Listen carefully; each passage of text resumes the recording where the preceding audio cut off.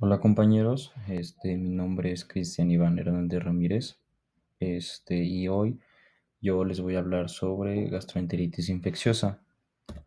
En esta presentación abordaremos la definición de gastroenteritis infecciosa, luego su epidemiología y sus factores de riesgo. Después revisaremos los agentes etiológicos principales, que dentro de estos pues vamos a tener virus entéricos, bacterias diarrogénicas y parásitos. Y también describiremos el cuadro clínico típico de la gastroenteritis, tanto la diarrea acuosa no inflamatoria como de la diarrea inflamatoria o disentérica, así como sus complicaciones extraintestinales. También pues vamos a abordar los estudios complementarios que vamos a tener para diagnosticar esta patología. También hablaremos un poquito sobre la anatomía patológica, el tratamiento que se va a dar tanto en pacientes pediátricos como en pacientes adultos y pues por último las medidas preventivas. Bueno, pues vamos a comenzar con definiendo pues qué es, bueno, no, perdón, les puse aquí un caso clínico pues para que tengamos una noción de cómo es que nos puede llegar un paciente a la consulta de urgencias eh, con un cuadro de gastroenteritis infecciosa, también para que pues vayamos relacionando un poquito al final relacionemos cómo es que se están dando estas presentaciones clínicas en nuestro caso clínico. Entonces, pues vamos a comenzar. Es una mujer de 63 años con antecedentes de hipertensión arterial, dislipidemia en tratamiento y un episodio previo de diverticulitis no complicada. Su cuadro inició en enero del 2009, un cuadro de diarrea líquida abundante, explosiva y mucosa, que no va a tener ni sangre ni pus, acompañada de dolor abdominal tipo cólico, fiebre de hasta 39 grados centígrados y escalofríos.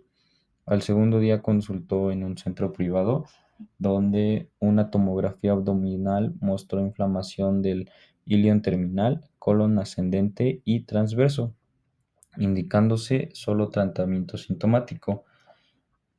Esto es porque pues en la mayoría de las gastroenteritis infecciosas pues vamos a tener un agente etiológico pues viral en donde no va a necesitar más que pues tratamiento sintomatológico.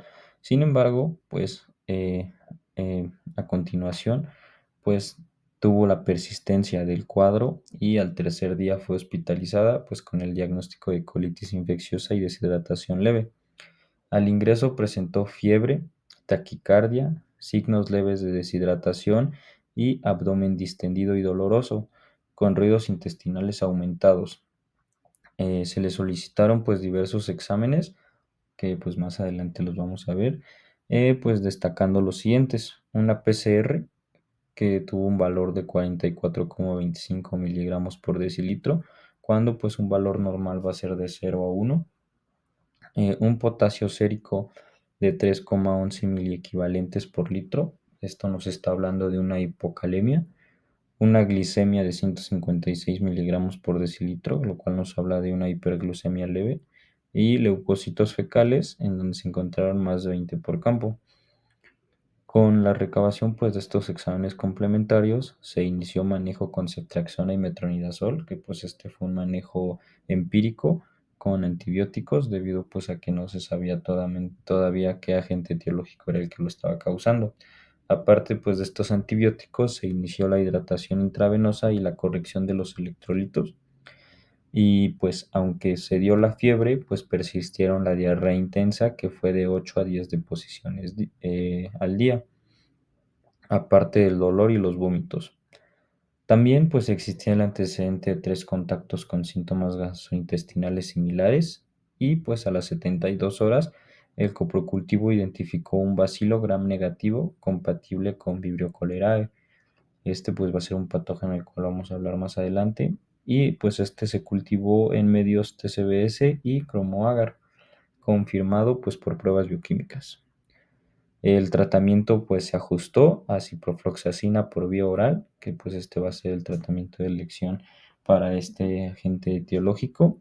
Y después los hemocultivos pues fueron negativos. Tras 10 días de evolución, la paciente presentó mejoría clínica, completó 8 días de antibióticos y fue dada de alta en buenas condiciones al día 11. Bueno, pues como les mencionaba, esto es como nos puede llegar un paciente a la consulta de urgencias, pueden ser niños y adultos. Sin embargo, pues donde vamos a tener o vamos a tener que tener más cuidado, pues va a ser en pacientes adultos y pues pediátricos en extremos de la vida, debido pues a que estos van a tener pues un sistema inmune más deteriorado en caso de los adultos y no desarrollado en el caso de los pequeños. Sin embargo, pues esto lo vamos a ver más adelante. Bueno, pues ahora sí iniciaremos definiendo a la gastroenteritis infecciosa. Este término, pues como tal, abarca a las diarreas agudas causadas por microorganismos que infectan el tracto gastrointestinal. En esencia, hablamos de un cuadro de comienzo agudo caracterizado por evacuaciones diarreicas y a menudo vómitos que van a ser capaces pues de producir deshidratación. Un ejemplo extremo de esto pues va a ser la cólera, lo cual va a ser una enfermedad diarreica aguda que en pocas horas puede ocasionar deshidratación intensa y pues poner en riesgo la vida. Pues la gastroenteritis infecciosa va a incluir cuadros leves hasta muy severos y pues siempre va a estar involucrado un agente infeccioso, dentro de los cuales van a ser virus, bacterias o parásitos, de los cuales pues vamos a hablar un poquito más adelante, que pues al final de cuentas van a desencadenar una inflamación del tubo digestivo.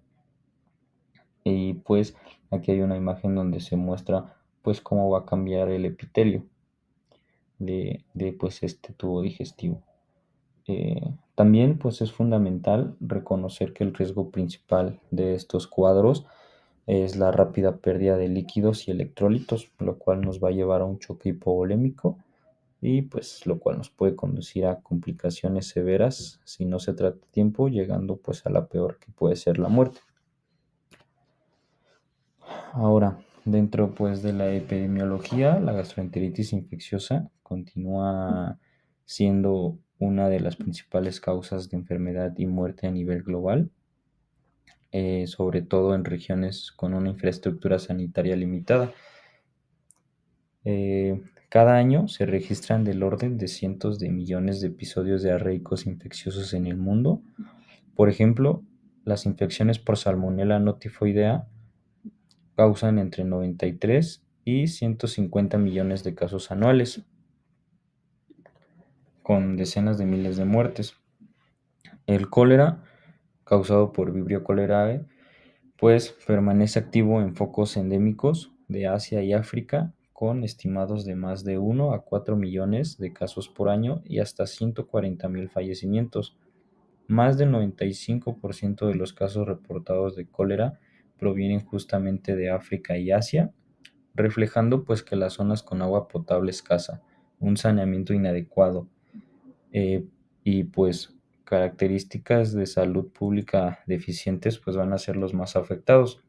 También pues los niños menores en países en desarrollo cargan con gran parte de esta morbimortalidad, por lo que ya les comentaba, pues su sistema inmune como tal no está desarrollado, la inmunidad adaptativa todavía no está preparada para agentes causales tan dañinos, entonces pues los lleva a una deshidratación severa, un choque hipovolémico, el cual pues les puede causar la muerte.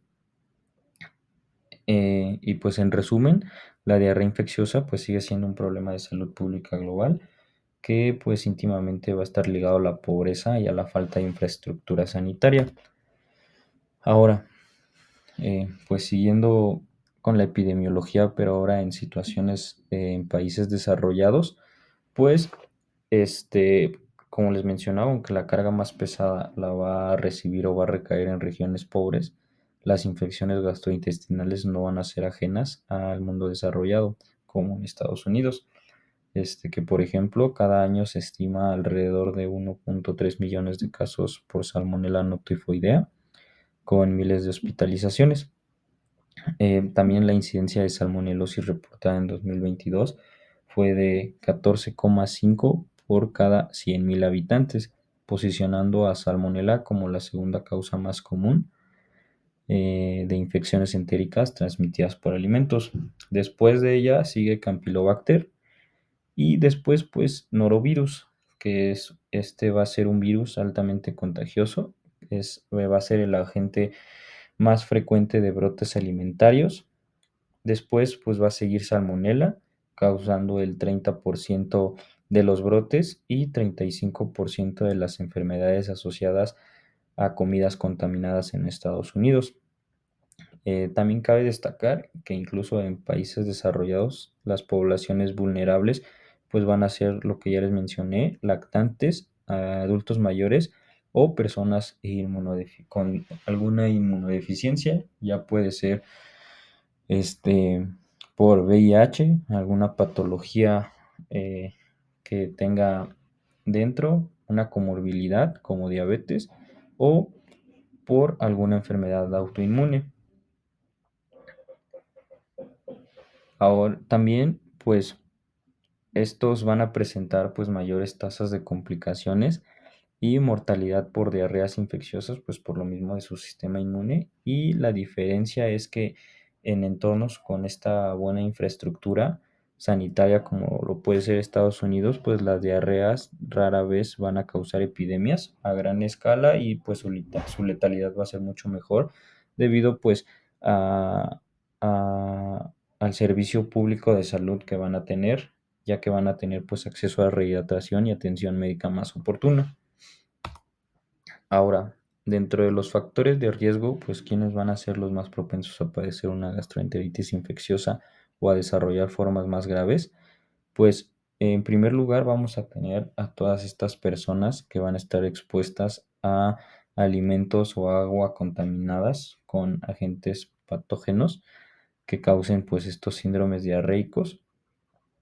Eh, También pues beber agua de fuentes no tratadas o comer alimentos mal cocidos o contaminados es lo que les va a causar pues directamente en riesgo de padecer esta patología. Este riesgo pues se va a agravar en contextos de saneamiento deficiente, por ejemplo en comunidades sin sistemas seguros de agua potable y alcantarillados. También la transmisión fecal oral de patógenos como vibrio cólera es mucho más fácil, pues por eso los viajeros a regiones endémicas deben de tener precaución con lo que comen y con lo que beben, como por ejemplo está el caso de Pakistán, que este es un factor de riesgo también para padecer salmonelosis, que es uno de los agentes etiológicos que vamos a ver más adelante. Por eso se recomienda a personas que van a viajar a este país, pues tomar una profilaxis. Eh, También, pues otro factor de riesgo importante es la baja acidez gástrica, ya que pues nuestro jugo gástrico pues va a ser ácido normalmente y pues va a matar a muchos de los gérmenes que pues van a entrar por la vía oral. Así que pues quienes van a estar en estos factores de riesgo, pues personas que tomen inhibidores de ácido o que tienen acloridia, pues van a permitir que pues más bacterias sobrevivan al paso gástrico y pues lo colonicen. Finalmente, el estado del huésped pues cuenta muchísimo, como ya les mencionaba, ya que pues, eh, pues van a estar pues con un sistema inmune deficiente. Pues en el extremos de la vida, los muy jóvenes y los muy mayores, así como individuos con inmunosupresión o enfermedades crónicas, pues van a tener menos defensas frente a estos patógenos. En ellos vamos a ver más frecuente complicaciones como deshidratación severa o infecciones diseminadas. En suma, pues los factores que aumentan el riesgo de gastroenteritis grave van desde lo ambiental, como ya les mencionaba, que va a ser el agua o la higiene, hasta pues lo individual, que van a ser las barreras gástricas y pues el estado inmune del paciente. Siguiendo con esto, pues ahora vamos a hablar sobre la etiología, específicamente sobre agentes virales y parasitarios. Pues aquí va a haber numerosos patógenos que van a poder desencadenar esta gastroenteritis. Entre los virus pues, más comunes va a estar el norovirus, que este sobresale como el agente causal principal de brotes de diarrea aguda.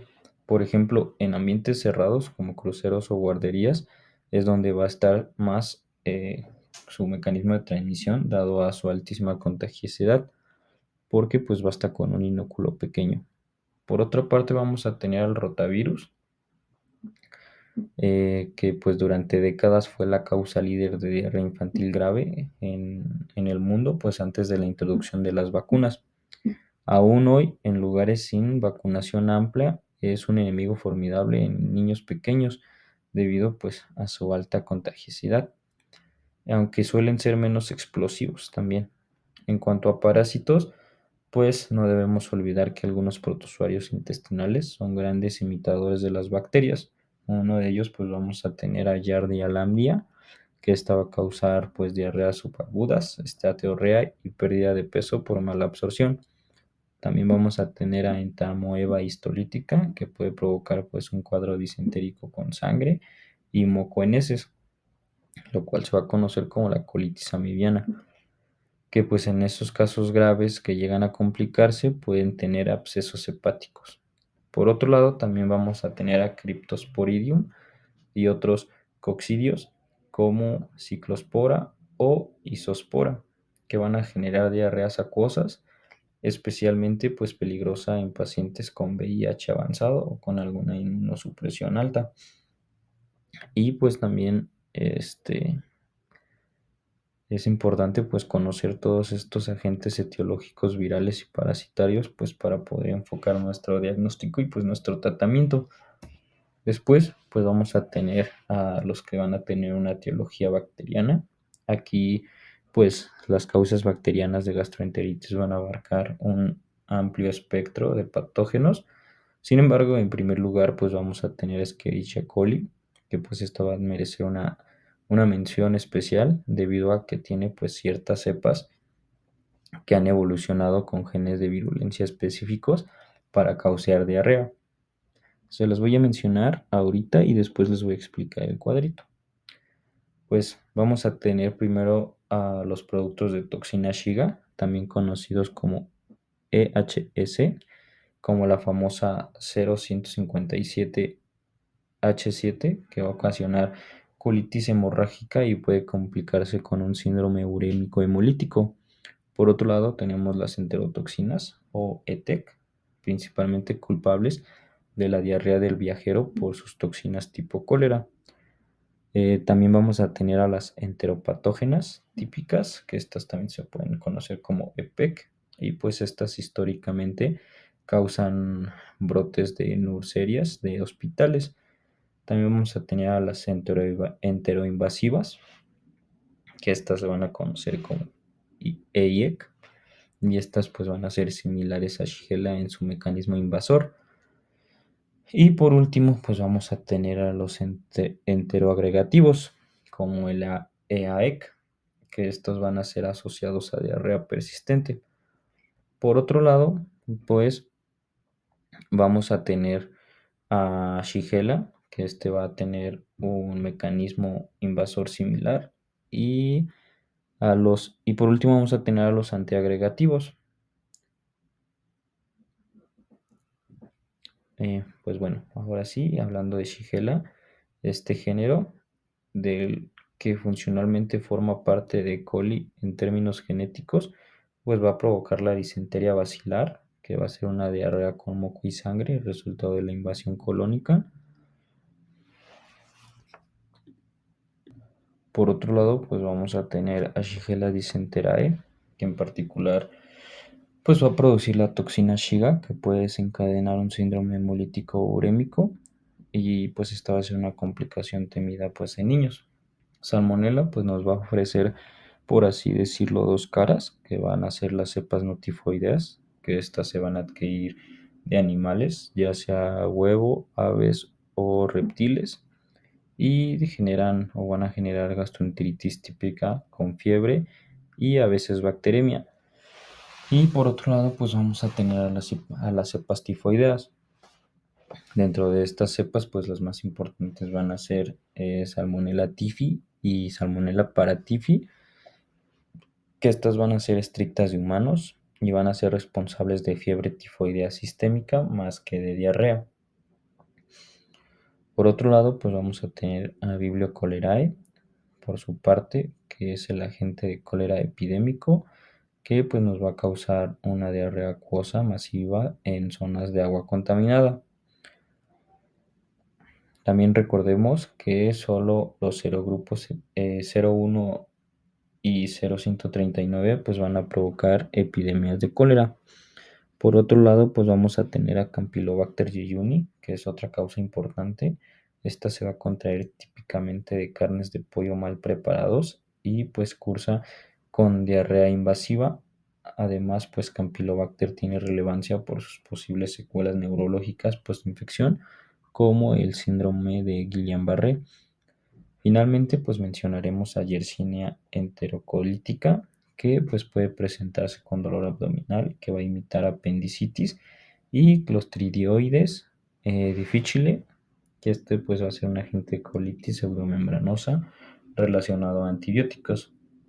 Cada uno pues, de estos patógenos tiene epidemiologías y patogenias particulares, sin embargo, pues todos van a compartir la capacidad de producir esta inflamación gastrointestinal y sus consecuencias como síntomas como la diarrea, el vómito, ya sea con sangre, con moco, alzas térmicas, dolores abdominales, eh, que ya les mencioné y les voy a mencionar un poquito más adelante. Ahora sí, hablando más sobre este cuadrito de coli, me parece importante ya que pues E. coli es uno de los principales agentes etiológicos que vamos a encontrar dentro pues de estas eh, síndromes gastrointestinales. Primero pues vamos a tener al síndrome patológico. Dentro del primero pues vamos a tener a las STEC, que pues estas se van a contagiar principalmente pues por alimentos o agua contaminada de persona a persona. Va a atacar a todas las personas pues, sin importar la edad y pues va a estar más presente pues en países industrializados. El síndrome clínico que va a presentar pues va a ser una colitis hemorrágica, un síndrome hemolítico urémico y pues de rasgo molecular definitorio vamos a tener a la toxina Shiga. Después vamos a tener a la CETEC, que esta va a estar, se va a transmitir por alimentos y agua contaminadas, niños pequeños y viajeros a países en desarrollo. Dentro del síndrome clínico, pues esta va a tener la diarrea del viajero y pues como rasgo molecular definitorio va a tener enterotoxinas termoestables y termolábiles y factores de colonización. Después vamos a tener a las EPEC, que estas se van a transmitir de persona a persona, niños pequeños y recién nacidos en países de desarrollo.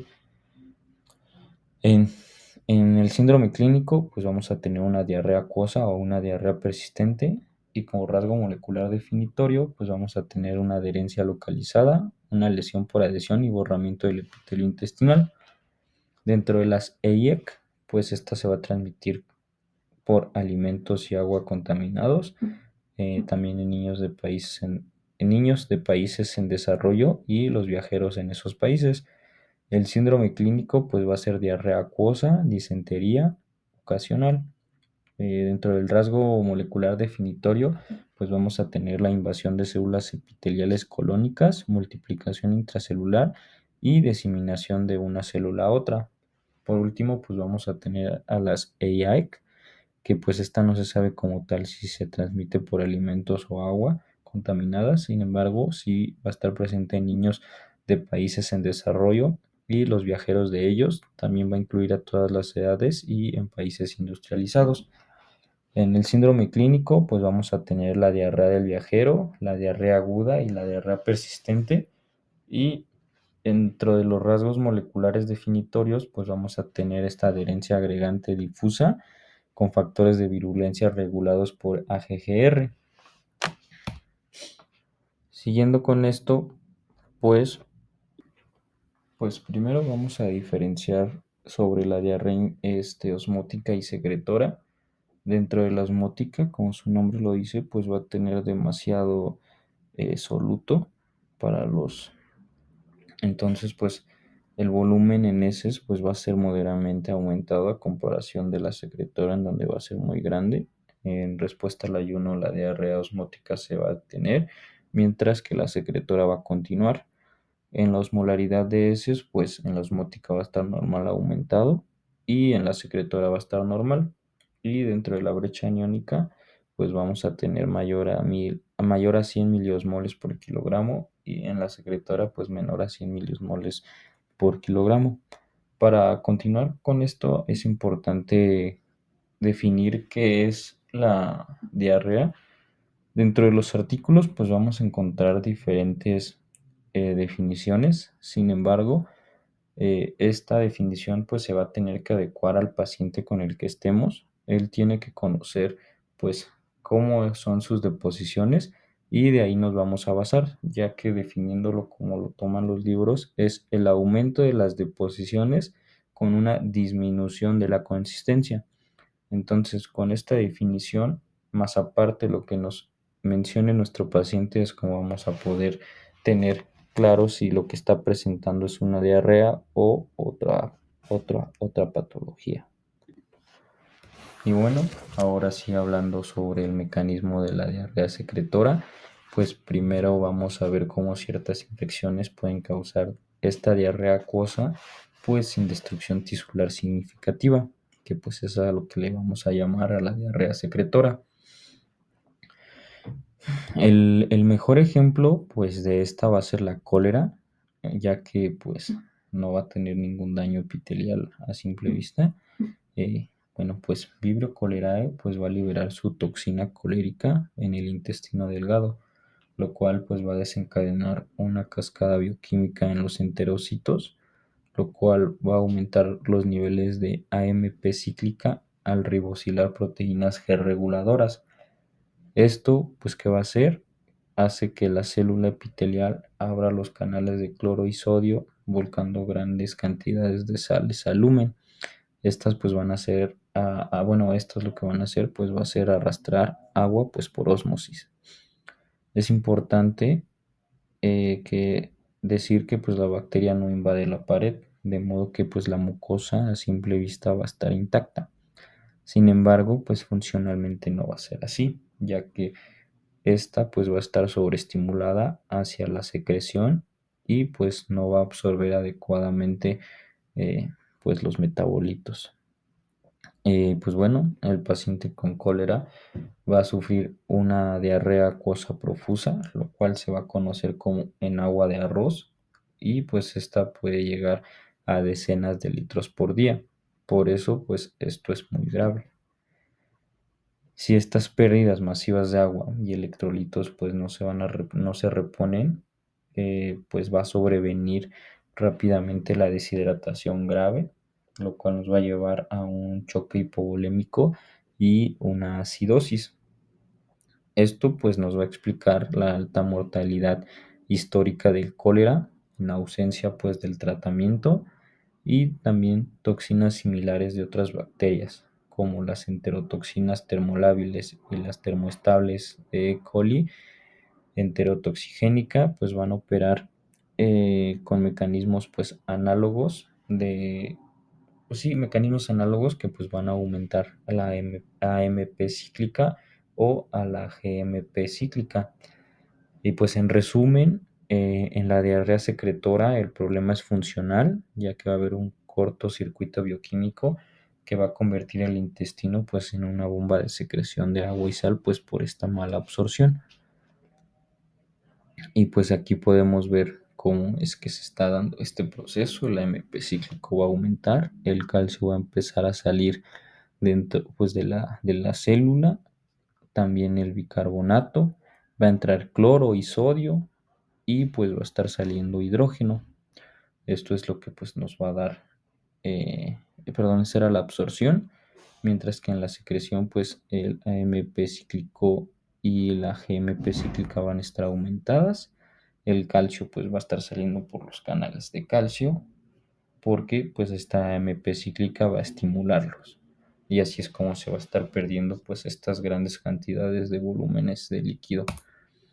Por otro lado, pues vamos a tener a las diarreas inflamatorias, que por contraste con la diarrea secretora, pues esta se va a llamar inflamatoria o disentérica, donde sí va a haber un daño tisular. Pues en estos casos, las bacterias u otros organismos van a invadir o destruir directamente las células intestinales. Esto, pues, lo que va a causar o lo que va a provocar va a ser una reacción inflamatoria aguda. Un ejemplo podría ser Shigella. Esta bacteria, pues, lo que va a hacer, pues, penetrar el epitelio colónico, se va a multiplicar dentro de las células y, pues, al final va a causar su muerte. ¿Esto qué va a hacer? Pues va a activar una cascada inflamatoria en la mucosa.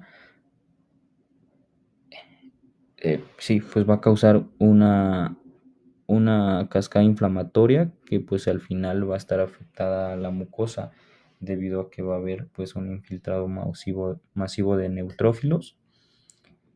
Eh, entonces pues estos neutrófilos van a ser tanto que pues van a traspasar al lumen y pues van a aparecer como pus en las heces. Estos, pues los neutrófilos, al degranular, pues van a lesionar la mucosa y pues van a producir úlceras superficiales. El resultado pues de estas úlceras va a ser la imagen clásica de colitis aguda en áreas ulceradas con exudado fibrino leucocitario, pseudo, que pues van a ser las pseudomembranosas. Clínicamente, pues el paciente va a presentar disentería, es decir, pues deposiciones frecuentes de pequeño volumen, con sangre y moco, acompañadas también de un dolor tipo cólico y tenesmo rectal. Por ejemplo, en la shigelosis, pues vamos a ver deposiciones sanguinolientas y mucopurulentas que pues van a ser características de este agente. Ahora, en este proceso inflamatorio, pues es una reacción de defensa del huésped, pero en sí pues va a causar muchos síntomas, los cuales van a ser la fiebre alta, el malestar general y pues el riesgo de daños más allá del intestino. Algunas toxinas bacterianas pueden llegar a agravar estas lesiones, como la toxina Shiga, que va a ser liberada por Shigella dysenteriae o E. coli, o 157H7, en donde pues esta va a atacar el endotelio, pudiendo desencadenar el peligroso síndrome hemolítico urémico, pues con falla renal. Eh,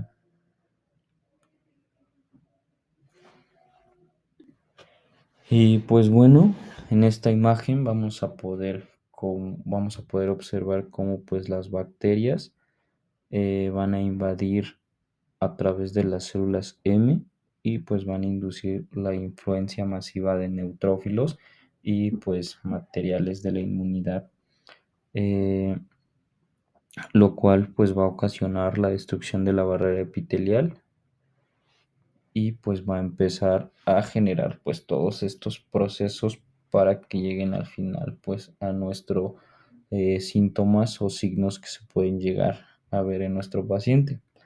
Y pues en resumen, la diarrea inflamatoria se produce por la invasión y destrucción epitelial con pues liberación de citoquinas, ingreso de células inflamatorias y daño tisular local que pues se va a manifestar en síntomas más severos y en heces con sangre.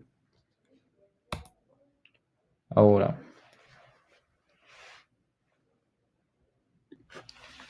bueno, y ahora, aunque pues en la gastroenteritis solemos pensar que esto es un trastorno agudo y transitorio, pues también va a ser vital reconocer las complicaciones potenciales que pues van a poder suceder durante esta parte de, de pues de la patología. Pero pues vamos a comenzar con el cuadro clínico. Primero vamos a ver el cuadro clínico pues de la diarrea acuosa o no inflamatoria. Y pues, como les mencionaba, clínicamente pues vamos a poder dividir a las gastroenteritis en formas acuosa y formas inflamatorias. Sin embargo, pues primero vamos a ver a las diarreas acuosas no inflamatorias. Aquí el paciente pues lo que nos va a mencionar o nos va a referir es que tiene pues deposiciones líquidas de gran volumen, frecuentemente acompañadas de vómitos. En un caso típico, pues la gastroenteritis por salmonela, por dar un ejemplo, no tifoidea, tras ingerir la comida contaminada, luego de un día de incubación, pues nuestro paciente es el que nos va a presentar pues náuseas, vómitos y diarrea de inicio agudo. También puede llegar a presentar pues un dolor abdominal difuso, tipo cólico, sin embargo pues este no va a ser insoportable. También pues puede haber algo de fiebre, sin embargo pues esta va a ser fiebre baja en el rango de 38 grados o incluso el paciente puede no llegar a tener pues esta fiebre significativa. Las evacuaciones en estas diarreas pues van a ser abundantes y acuosas, no van a presentar sangre. Ahora, pensemos en el caso de la cólera. Las heces van a llegar a ser como agua de arroz, prácticamente como agua con moco, debido a la gran pérdida del volumen.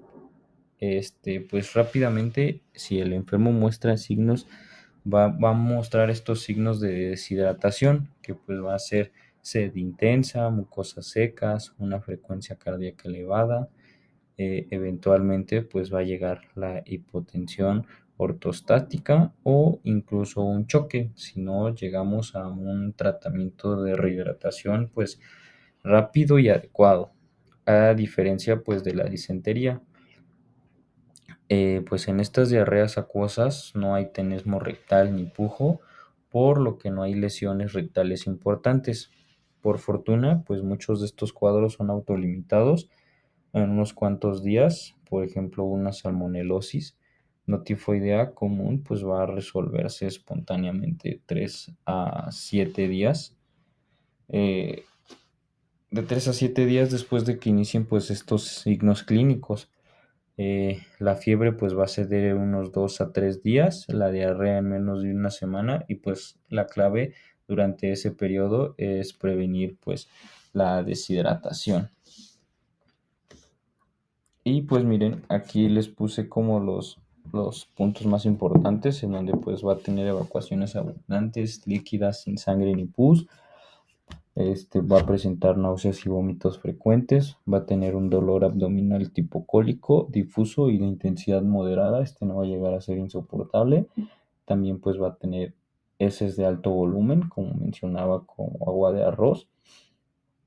Si no se llega a tratar esta deshidratación a tiempo, pues va a presentar sed, mucosas secas, oliguria, taquicardia. En caso de niños o pediátricos va a presentar fontanelas hundidas, llanto sin lágrimas, el signo del, del pliegue en el abdomen.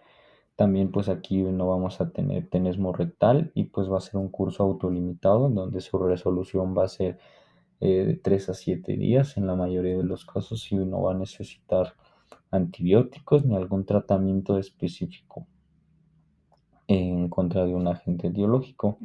Y pues aquí también les puse la escala de Bristol en donde nos vamos a poder apoyar pues para saber qué tipo de qué consistencia de heces va a tener el paciente, porque luego nos llegan diciendo o inventando palabras para que entendamos pues cómo es sus deposiciones. Sin embargo, pues con esta escala nos podemos dar una idea de cómo es mostrándoselas, que ellos nos señalen cuál es la que se parece más pues a sus deposiciones, en donde pues una diarrea, como les mencionaba, aparte de la definición, pues la vamos a tener que caracterizar conforme el paciente nos mencione que es sus deposiciones normales, en donde pues una diarrea la podemos tomar como los grados 6, 7 y 5.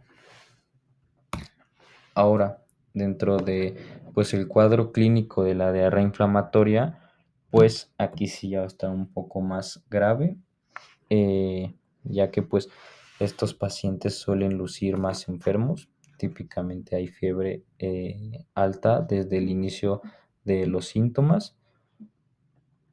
También va a haber un dolor abdominal significativo y pues diarrea con sangre.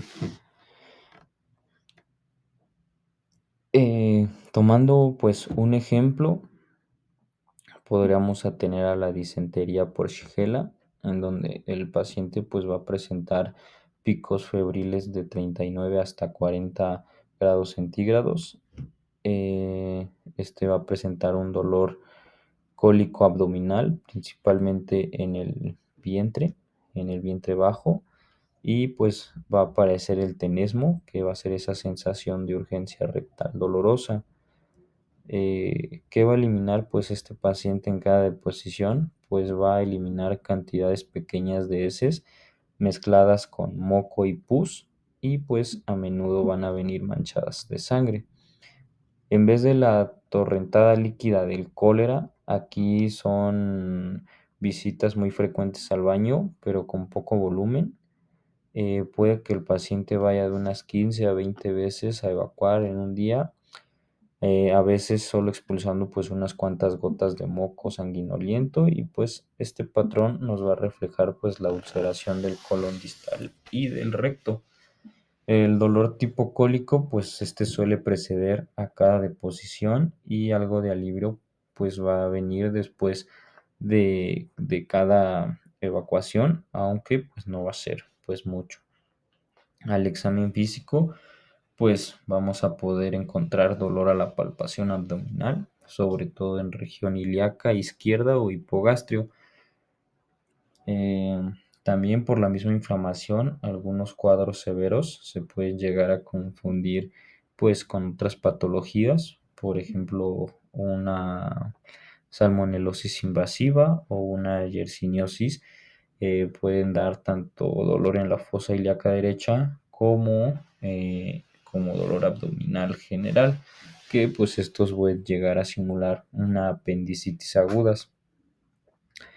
Pues en niños pequeños el compromiso sistémico puede llegar a manifestarse con convulsiones por esta fiebre alta, y pues como mencionábamos, toxinas como la de Shiga conllevan el riesgo pues de desencadenar un síndrome urémico hemolítico, que pues vamos a tener que vigilar en todo este cuadro disentérico pues con sangre abundante. Pues en resumen, pues esta diarrea inflamatoria se va a distinguir pues por la presencia de sangre, de moco y de fiebre. Eh, Aparte de que pues va a presentar este dolor insoportable. Y pues aquí igual entre la diapositiva les puse pues los puntos más importantes para que no se queden como con todo el rollo, sino luego de que vean pues este cuadro clínico, pues vayan orientando su diagnóstico.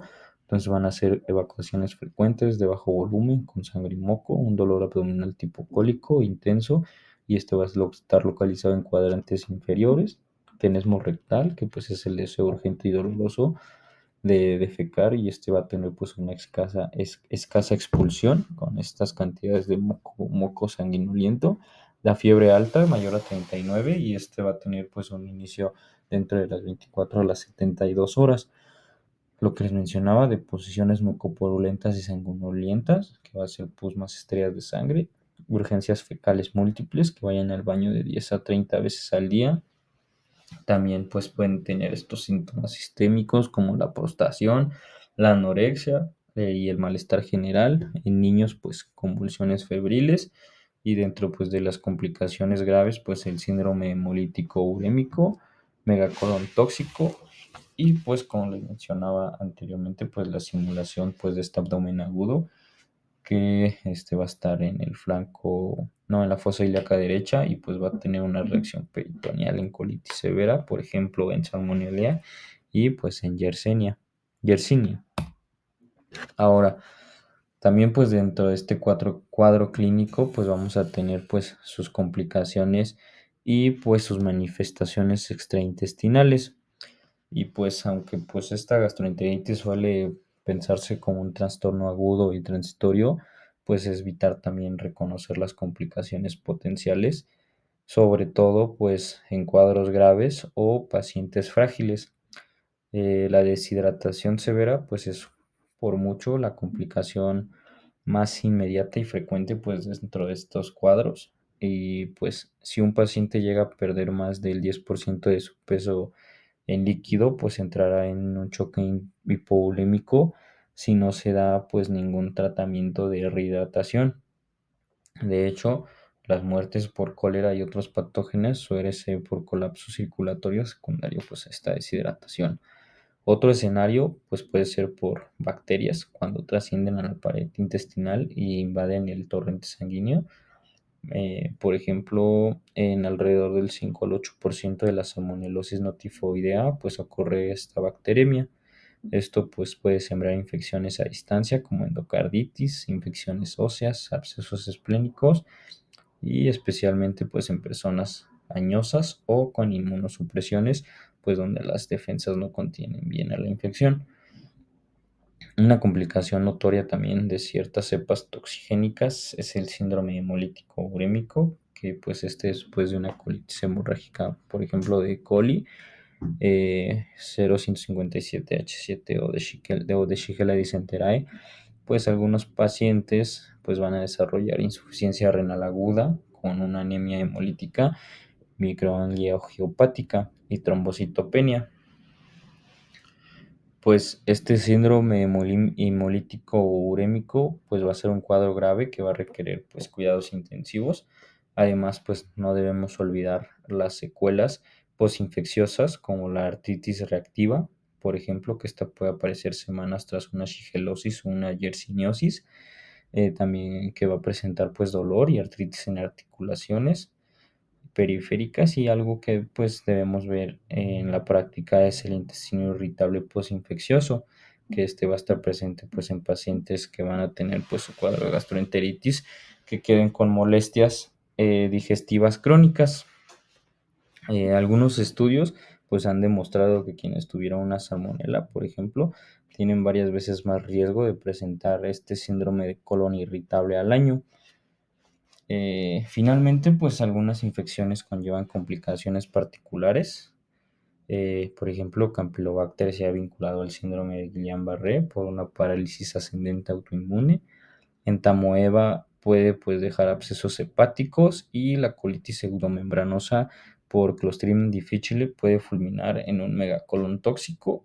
Y pues es importante conocer pues estas complicaciones de la gastroenteritis infecciosa, debido a que no nos podemos quedar con que solo es una enfermedad transitoria en la mayoría de los casos, sino también pues que otras posibilidades de complicaciones pues nos puede presentar. Pues dentro de las indicaciones para ya ingresar a una persona a un centro hospitalario van a ser las siguientes: que tenga una deshidratación grave mayor al 9%. Sin embargo, esta parte solo la podemos utilizar cuando tenemos el peso antiguo del paciente. Si no lo tenemos, pues nunca vamos a poder saber cuánto porcentaje de peso ha perdido, pues porque no vamos a conocer el basal. También que tenga una diarrea inflamatoria grave con una apariencia tóxica o un hemograma séptico. También pues síntomas neurológicos, que estos se van a ver principalmente en lactantes cuando ya tienen una deshidratación severa, que pues van a presentar letargia, pueden también llegar a estar comatosos, que presenten convulsiones, que tengan los ojos hundidos, eh, que tengan las fontanelas hundidas, que tengan un Glasgow disminuido. También que ya otro factor para una indicación de ingreso, pues que tengan intolerancia a la vía oral o incapacidad o fracaso a la rehidratación oral, ya sea por rechazo o por vómitos, una sospecha de un abdomen agudo y pues también una diarrea en pacientes de riesgo. Ahora bien, dentro de los estudios complementarios, pues vamos a tener diferentes, ya sea de laboratorio, por microbiología, por pruebas de imagen o pues otras pruebas, por lo cual vamos a poder tener pues este abordaje diagnóstico para estas gastroenteritis y poder pues si nosotros pensamos que es un agente por una bacteria, pues cultivarlo para poder saber pues cuál es el que nos está causando. Eh, Sin embargo, pues como les mencionaba, muchas de estas gastroenteritis se van a tratar empíricamente sin identificar el agente. Sin embargo, pues en situaciones indicadas, pues sí debemos realizar un estudio en heces.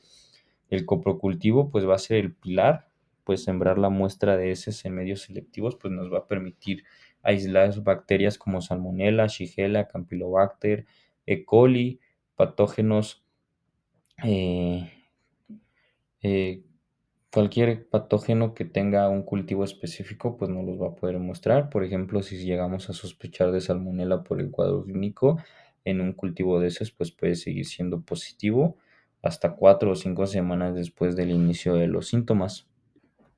Sin embargo, pues dentro de los de laboratorio, pues vamos a tener el etnograma, que pues este nos va a servir pues para saber cómo están nuestras líneas celulares, también la proteína C reactiva, que pues esta va a estar alta en una infección aguda. También pues vamos a tener la bioquímica básica o una gasometría para ver cómo está el equilibrio ácido-base. El ANIOP-GAP pues nos va a servir pues para saber el grado de deshidratación que tiene nuestro paciente. También vamos a poder identificar si nuestro paciente está en una acidosis metabólica. eh, Dentro de la microbiología, pues examen en fresco de heces, que va a ser el coprocultivo. Bueno, aparte del examen fresco de heces, pues el coprocultivo, pues nos va a servir pues para ver qué patógenos pues están, bueno, qué células podemos ver dentro pues de las heces. También nos va a mostrar si tenemos una sangrado a través de las heces, ya sea macroscópico o microscópico, con la detección de eritrocitos, también pues detección de antígenos específicos en el hemocultivo, pues para ver si no hay hema- para ver si no hay para ver si no hay septicemia. Y pues también dentro de la microbiología pues vamos a tener a la toxina de Clostridium difficile. Dentro de las pruebas de imagen pues una radiografía simple de abdomen y una ecografía abdominal. Esto pues nos va a servir para descartar alguna otra patología que estemos pensando. Sin embargo, pues esto también nos puede hablar, por ejemplo, de como la entamoeba histolítica, que pues esta nos puede causar lo que ya les mencionaba, unos abscesos en las vías biliares. Y pues otras pruebas que se pueden llegar a hacer, pues va a ser la proctosigmoidoscopía con biopsia, que pues esta pues va a ser una prueba que va a combinar una visualización directa del recto y del colon, aparte pues de que va a tomar pues muestras del tejido para que sea como, bueno, para que se mande pues para que se tome la biopsia y se mande a hacer los laboratorios pertinentes. Ahora, dentro del tratamiento, pues primero vamos a ver pues la entidad, si va a ser de diarrea no inflamatoria. Dentro de los agentes causales, pues vamos a tener los más frecuentes al rotavirus, el adenovirus entérico de los serotipos 40 y 41, el astrovirus, sapovirus, calicivirus y virus Norwalk. También vamos a tener el Staphylococcus aureus y Yardia lamblia. Dentro de los menos frecuentes, pues vamos a tener a E. coli, Vibrio cholerae, Bacillus cereus, Clostridium perfringens. También vamos a tener a piconavirus y agentes asociados a inmunosupresiones. Por otro lado, dentro de la diarrea inflamatoria, pues los microorganismos causales principales o los más frecuentes van a ser Salmonella sp, Shigella sp, E. coli, Campylobacter jejuni, Yersinia enterocolitica y Clostridium difficile. Dentro de los menos frecuentes, pues vamos a tener Vibrio parahemolyticus, Aeromonas hydrophilia, Plesiomonas shigelloides. También vamos a tener a Entamoeba histolítica, Trichinella spiralis y pues también agentes asociados a inmunosupresiones. Y dentro pues de las toxinfecciones alimentarias vamos a tener a Salmonella sp, Campylobacter jejuni, E. coli, principalmente los serotipos ESET y ESECH. Vamos a tener a Shigella sp y Staphylococcus aureus. También vamos a tener al virus Norwalk y Norwalk-like y a Vibrio sp dentro de los más frecuentes. Y de los menos frecuentes, pues vamos a tener a Clostridium perfringens, Clostridium botulinum, Listeria monocytogenes, Yersinia enterolítica, Enterobacter sakazaki y Brucella sp. También pues vamos a tener a Ciclospora y a Clostridium. Esta tablita se las puse pues para identificar cuáles van a ser los agentes causales pues de cada una de las entidades de la diarrea no inflamatoria y de la diarrea inflamatoria para ver cómo nos vamos a ir guiando pues para llevar este tratamiento. Primero pues les voy a hablar cómo va a ser el tratamiento pues en pacientes pediátricos. Dentro de estos pacientes, pues realmente vamos a tener estos planes de rehidratación en donde lo vamos a ir tratando por grados. Pues para empezar vamos a tener el plan A, que pues este tratamiento o este plan se puede llevar dentro de la casa, dentro del hogar del paciente y pues no necesita como la supervisión de un médico para que se lleve a cabo. Pues primero, pues lo que vamos a tener que hacer, pues va a ser asesorar a la madre cuando llega a nuestra consulta, explicándole pues las 4 reglas del tratamiento, las cuales van a consistir en aumentar la ingesta de líquidos, administrar suplementos de zinc, seguir dando alimentos y darle las indicaciones de cuándo regresar, pues por cualquier complicación que pueda llegar a tener.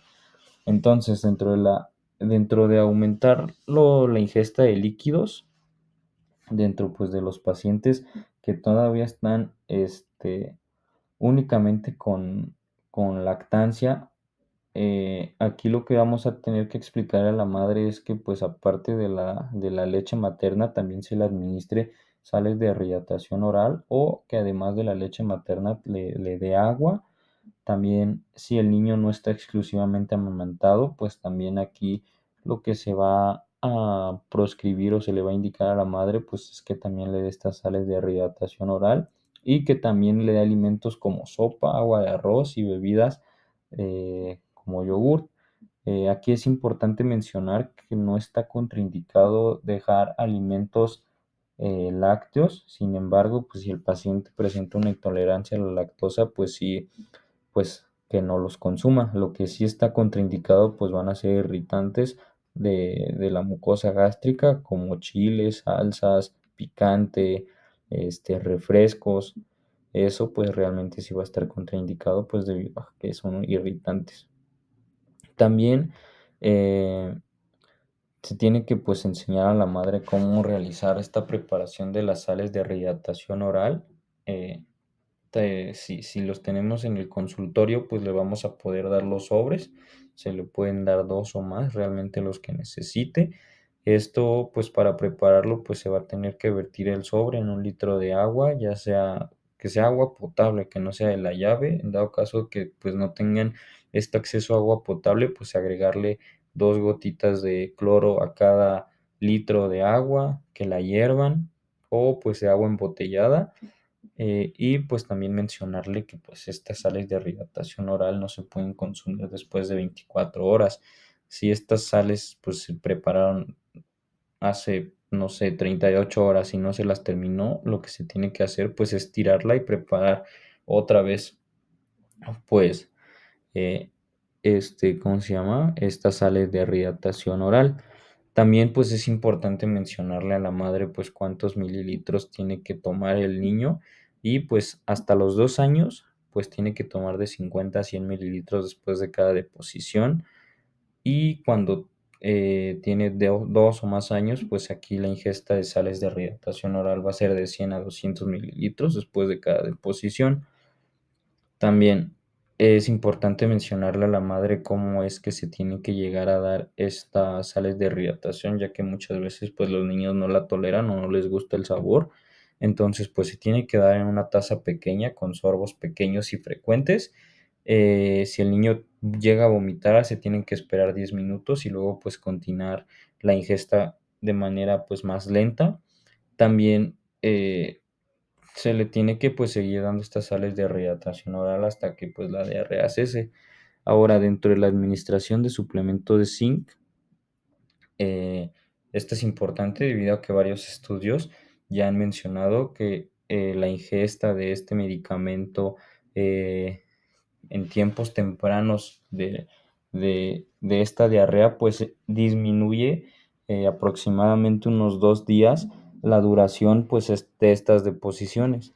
Entonces, si tenemos un paciente que tiene 6 meses o menos, se le va a dar medio comprimido de zinc durante 14 días, y si tiene más de 6 meses, pues se le va a dar un comprimido durante 14 días.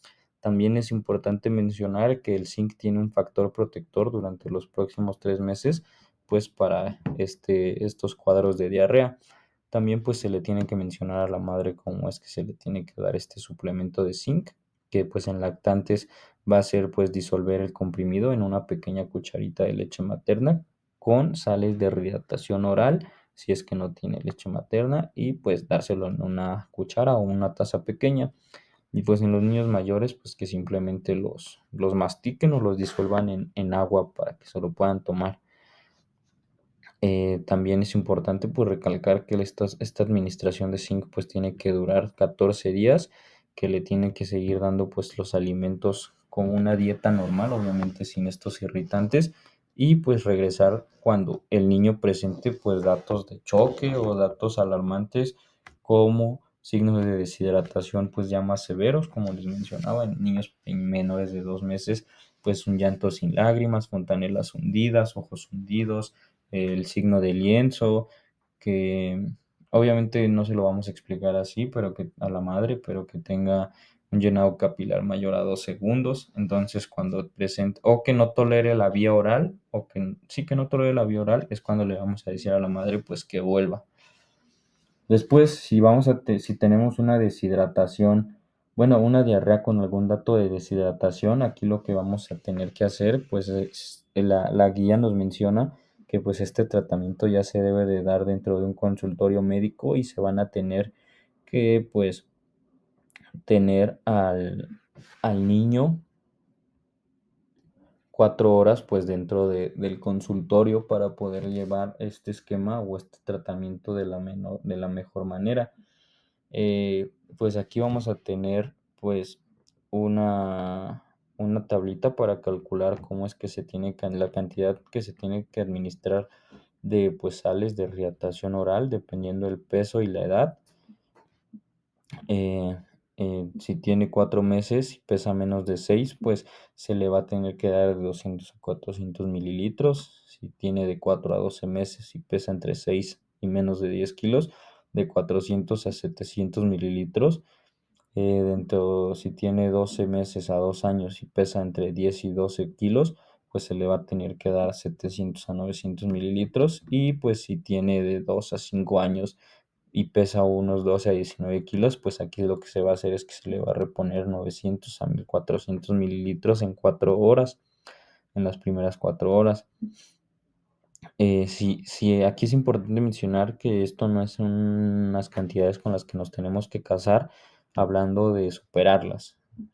No las tenemos que disminuir, pero sí superarlas, por así decirlo, ya que si el niño nos está pidiendo más agua, más de estas sales, no se las tenemos por qué negar, o sea, es mejor que se las esté tomando.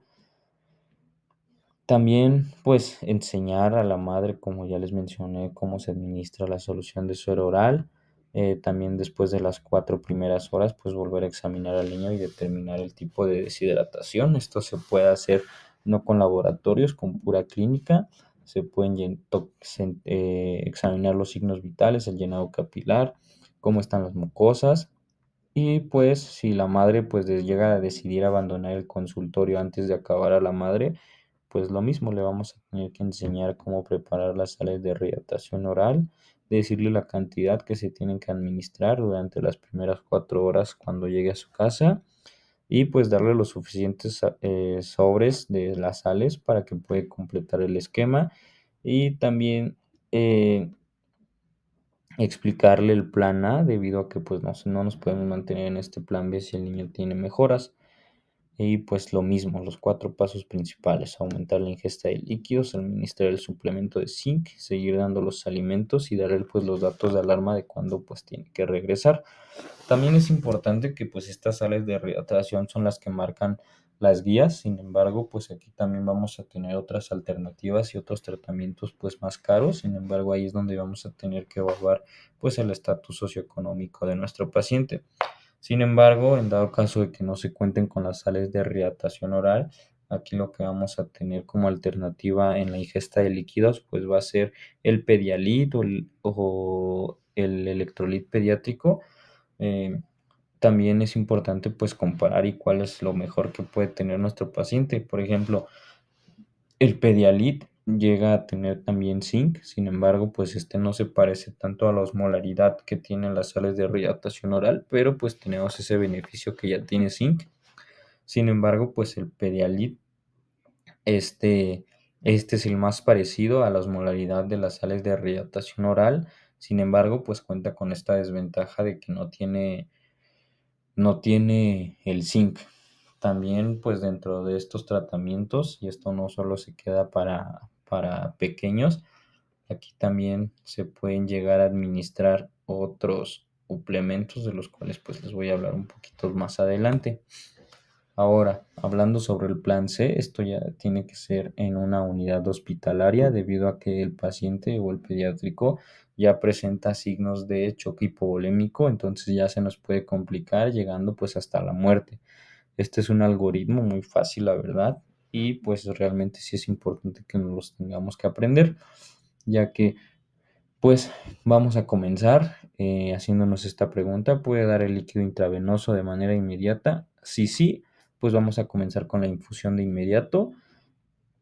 Si el niño puede también beber, pues le vamos a administrar las sales de reidratación por vía oral. Esta tiene que ser en 6 horas. Sin embargo, en lactantes menores de 12 meses, pues en la primera hora vamos a tener que calcular eh, 30 mililitros por kilogramo, y esa dosis se lo vamos a tener que dar pues en una hora.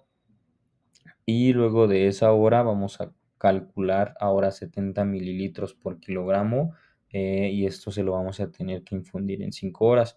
Sin embargo, pues en niños de 12 meses a 5 años, dentro de los primeros 30 minutos, la misma fórmula: 30 mililitros por kilogramo, y pues en las próximas 2 horas y media pues se van a tener que administrar 70 mililitros por kilogramo. Esto se puede repetir si el pulso radial aún es muy débil o imperceptible. El niño se tiene que reevaluar cada hora o 2 horas con los signos vitales y el estado de hidratación. También, pues, administrar sales de rehidratación oral cerca de 5 mililitros kilogramo hora, y pues reevaluar al lactante después de 6 horas. Siguiendo con el algoritmo, si no se puede dar líquido intravenoso, nos hacemos la siguiente pregunta: ¿se puede administrar el tratamiento intravenoso cerca, un recorrido de no más de 30 minutos? Si sí, pues enviamos a ese paciente urgentemente, y si puede beber, pues le damos las sales de rehidratación oral con las fórmulas que ya les mencioné. Ahora, no, en el dado supuesto de que no tenemos esa facilidad en un recorrido de 30 minutos, pues nos hacemos ahora la siguiente pregunta: ¿nosotros estamos capacitados para poner una sonda nasogástrica para rehidratación? Si la respuesta es sí, pues vamos a comenzar la rehidratación por sonda con las mismas sales, y esta se va a calcular con 20 mililitros kilogramo hora durante 6 horas. Se tiene que pues estar reevaluando al niño cada 1 o 2 horas. Si vomita repetidamente, pues administrar la solución más lentamente. Y si el estado de hidratación no mejora después de 3 horas, ahora sí tenemos que enviar al niño a un lugar donde sí le puedan dar este tratamiento pues de soluciones intravenosas. Eh, También, si el niño pues recuperó, tenemos que reevaluar a este pequeñín según el grado de deshidratación, y lo vamos a ajustar a un plan A o B, o persiguen el C. Ahora, no somos capaces de poner esta sonda nasogástrica. ¿El niño es capaz de beber? Si la respuesta es no, pues enviar urgentemente al niño al hospital de tratamiento intravenoso más cercano. Estos como tal son los planes de readaptación oral. Este es el tratamiento para niños en una gastroenteritis infecciosa de etiología viral en donde no necesite antibióticos y el tratamiento pues solo sea pues de sostén, mantener los estados de volúmenes pues correctos. Eh, Aquí les puse también pues una tablita de cuál va a ser el tratamiento de, para agentes etiológicos específicos en donde sí ya necesiten antibiótico, por ejemplo aeromonas, que esta es su indicación de uso va a ser en la diarrea persistente. La primera elección va a ser la cefixima, la alternativa va a ser el cotrimoxazol y pues dentro de las observaciones pues va a tener una infección generalmente autolimitada. Campylobacter, pues esta va a estar indicada en diarreas persistentes mayores a 7 días y también para reducir el contagio en hospitales de día e instituciones. De primera elección, pues vamos a tener acitromicina, eritromicina, si hay bacteriemia, cefalosporina de tercera generación o aminoglucósidos. Dentro de las alternativas, pues vamos a tener al ciprofloxacino. En Clostridium difficile, pues vamos a tener como indicación la diarrea persistente después de interrumpir los antibióticos. Como primera elección vamos a tener el metronidazol. Dentro de las alternativas, pues vamos a tener la vancomicina oral. En la E. coli en la E. coli enterohemorrágica, específicamente el ESECH o la 0.157H7, pues esta vamos a tener como indicación de uso pues antibióticos contraindicados. Aquí no se van a dar. En el E. coli enterotoxigénico, pues aquí siempre se va a dar el tratamiento y se va a comenzar de primera elección la citromicina, de segunda o como alternativa, pues vamos a tener el ciprofloxacino con tricomoxazol. Ahora en la salmonela, pues vamos a tener como indicaciones una bacteremia, una gastroenteritis aguda mayor a 7 días o grave, formas invasoras y factores de riesgo como una edad menor de 3 meses, esplenia, neoplasia, inmunodeficiencias adquiridas o congénitas, enfermedades inflamatorias intestinales y hemoglobinopatía. De primera elección, pues vamos a tener a la ceftriaxona, a la cefotaxima, a la amoxicilina con ácido clavulánico y en las alternativas pues vamos a tener a la ampicilina, el cloritromoxazol y el ciprofloxacino. Ahora con Salmonella tifi pues aquí va a estar siempre indicado el tratamiento antibiótico y se va a dar con cefalosporinas de tercera generación y pues dentro de las alternativas vamos a tener a cotrixomazol, ciclofloxacino y cloranfenicol. En Shigella, pues vamos a tener indicaciones de uso cuando tengamos control de brotes, diarrea persistente, una enfermedad grave y pues se va a recomendar siempre tratar cuando haya un cultivo positivo o sospecha de epidemiología fundada. Dentro del tratamiento de primera elección va a ser la cefotaxima, la ceftriaxona y la citromicina y como alternativa pues vamos a tener a la cefixima, el ciprofloxacino. También vamos a tener a Vibrio cholerae, que esta se va a dar cuando tienes diarrea persistente para disminuir las necesidades de líquidos y en el control de brotes. El de primera elección pues va a ser la citromicina y como alternativa vamos a tener a la doxiciclina, también en cloritromazol y ciprofloxacino. Y esta doxiciclina solo se puede usar en mayores de 8 años.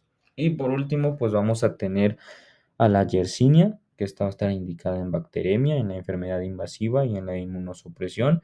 Como primera elección, una cefalosporina de tercera generación y como alternativa, pues vamos a tener el ciprofloxacino con cotricomoxazol.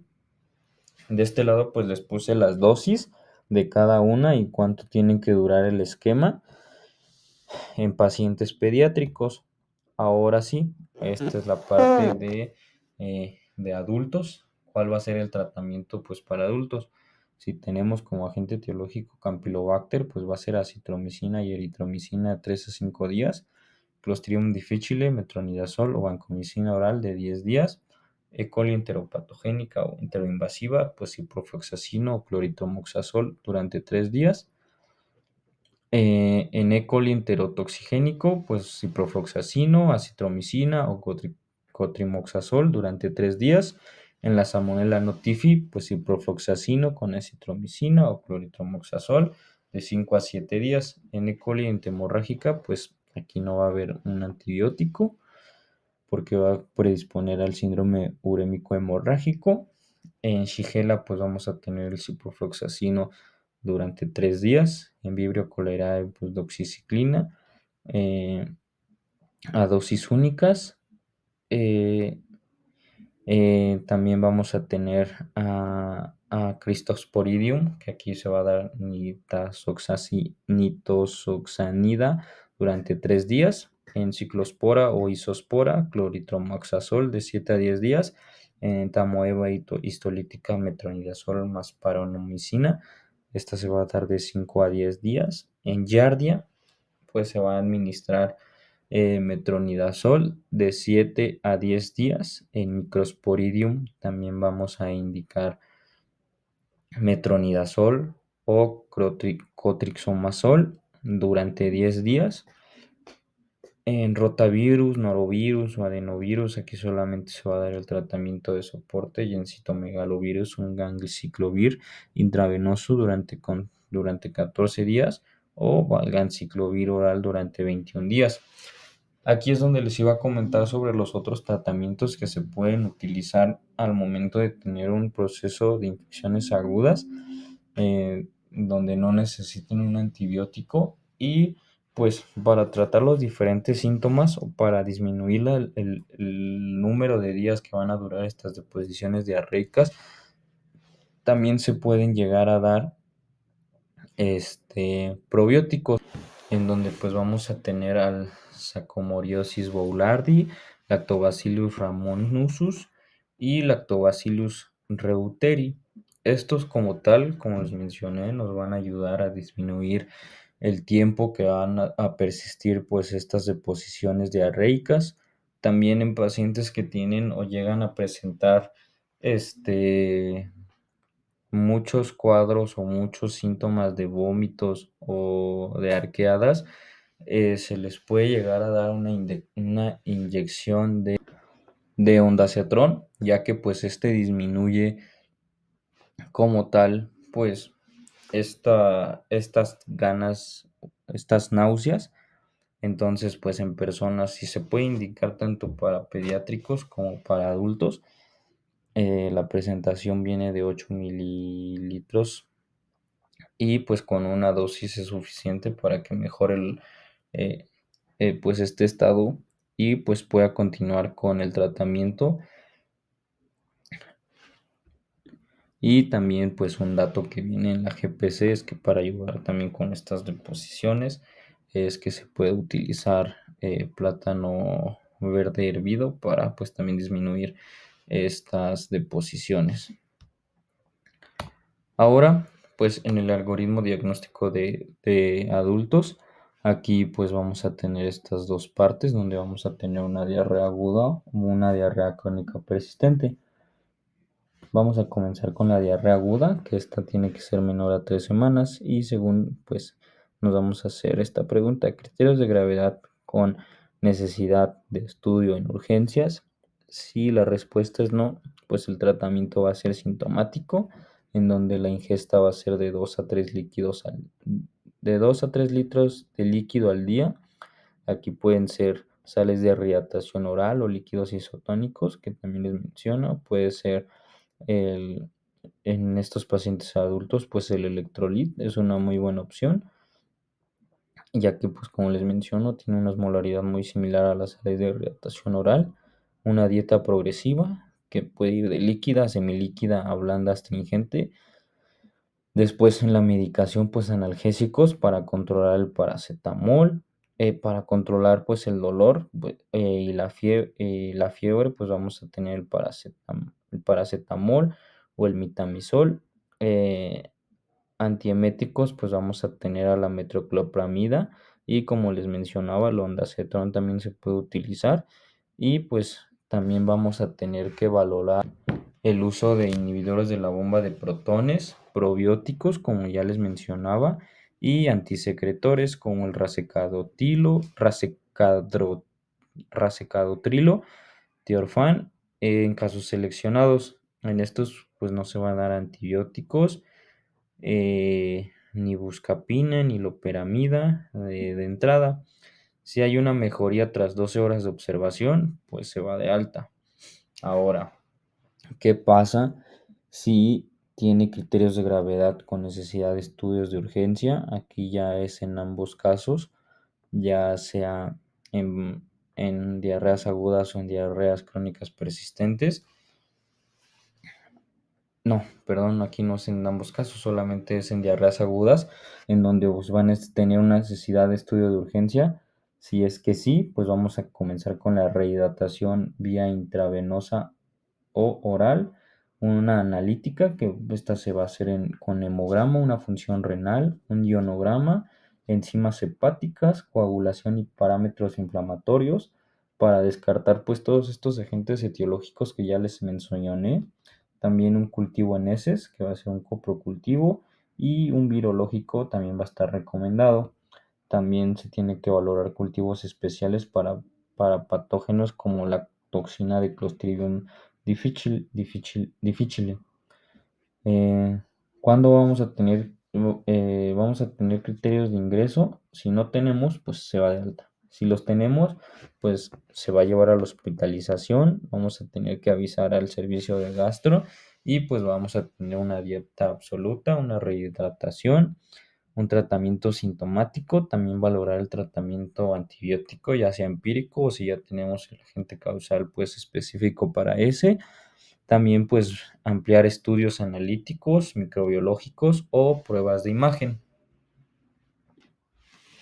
Y pues ya por último, pues vamos a tener a las medidas preventivas, en donde pues siempre va a ser mejor prevenir que curar. Y pues dentro de estas medidas preventivas contra gastroenteritis infecciosas, pues se van a enfocar en interrumpir la vía fecal oral, en donde pues lo más importante a nivel comunitario es asegurar agua potable y un buen saneamiento.